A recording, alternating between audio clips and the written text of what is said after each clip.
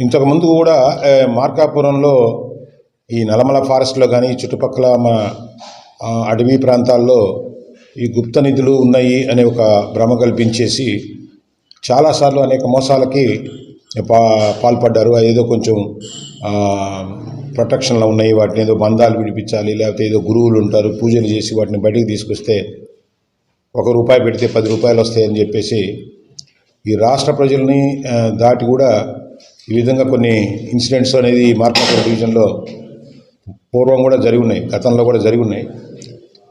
So ఈ మధ్యకాలంలో ఇలాంటి సంఘటనలు మన దృష్టికి అయితే రాలేదు. కానీ కొత్తగా ఈ మధ్య అడ్వకేట్ ఆఫీస్లో పనిచేస్తుండే ఒక సుబ్రహ్మణ్యం అనే ఒక వ్యక్తిని ఇక్కడ లోకల్గా ఉండి కలనూతల గ్రామానికి మీద నడిపేయ మరియు వెంకట్రావు అని అతను కూడా పక్క జిల్లా అతను.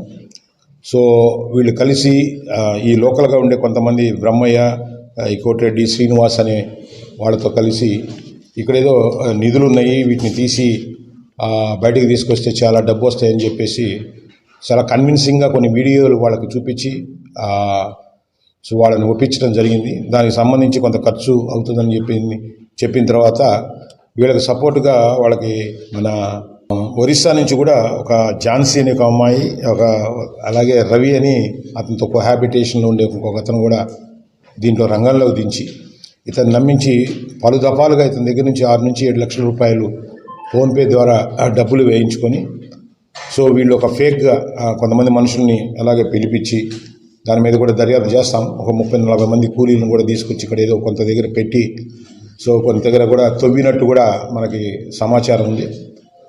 సో ఈ కార్యక్రమంలో ఉన్నప్పుడు మనకు పోలీసుకి దీనికి ఇట్లా గుప్త నిధులు అనే పేరుతోటే ఈ ప్రజల్ని మోసం చేస్తున్నావు అనే ఒక సమాచారం మీదకు ప్రివెంటివ్గా ఇలా జరగకుండానే ప్రివెంటివ్గా ఈ యాక్టివిటీని బంద్ చేసుకోవడం కోసం సమాచారం రాగానే మేము ఇప్పుడు సిఐ సుబ్బారావు గారి ఆధ్వర్యంలో ఎస్ఐలు రైతుబాబు మరియు రాజ్మోహన్ వీళ్ళందరికీ కూడా చెప్పడం జరిగింది. వీళ్ళు దాదాపు ఒక 6 మంది ఎవరైతే ముద్దాయిలు ఉన్నారో ఒక 6 మందిని కస్టడీలోకి తీసుకొని వీరు విచారించినప్పుడు ఈ గుప్త నిధుల పేరుతోటే ఎంతో బంగారం లైవ్లో దొరుకుతుంది, గుహల్లో ఉంటుంది, లేకపోతే తవ్వితే తీస్తే బయటకు వస్తుందని ఇలా రకరకాలుగా మోసం చేసి ప్రజల్ని దగ్గర నుంచి డబ్బుల్ని ఎక్స్ట్రాక్ట్ చేస్తున్నారని, డబ్బుల్ని దోచుకుంటున్నారని సమాచారం మేరకు వీళ్ళందరినీ కూడా ఈ కేసులో అరెస్ట్ చేసి ఇప్పుడు రిమాండ్ పంపడం జరుగుతుంది. ఎవరైనా కానీ ఇట్లా గుప్త నిధులు ఉన్నాయని కానీ లేకపోతే ఏదో రకరకాలు అంతకుముందు కూడా మనం వినుంటాం ఇవి. సో ప్రపంచంలో ప్రకృతికి విరుద్ధంగా ఉండే విచిత్రాలన్నీ కూడా ఈ ఏరియాలో జరుగుతున్నాయని చెప్పేసి ఈ నిధుల పేరుతోటి ఎవరు కూడా వంచనకి మోసానికి గురి కావద్దండి. ఇది ఒక పిచ్చిగా చాలామంది నాకు తెలిసిన వ్యక్తులు కూడా చాలామంది మౌనంగా ఉన్నా కానీ ఇలాంటి నమ్మి ఆర్థికంగా వాళ్ళు దెబ్బతిని ఒక్కసారి వాళ్ళు బాగుపడాలంటే ఇలాంటి గుప్త నిధులు ఉన్నాయని చెప్పేసి నమ్మి ఇంకొక మోసపోయి ఉన్న డబ్బులు కూడా ఉండి బజార్లో పడి కుటుంబాలు నాశనం చేసుకునే వాళ్ళు చాలామంది తయారవుతున్నారు. అట్లా మోసం చేసేవాళ్ళు కూడా చాలామంది దీన్ని తయారవుతున్నారు. వీటెవరిని నమ్మొద్దని ప్రజలకు కూడా విన్నవించుకుంటున్నాను.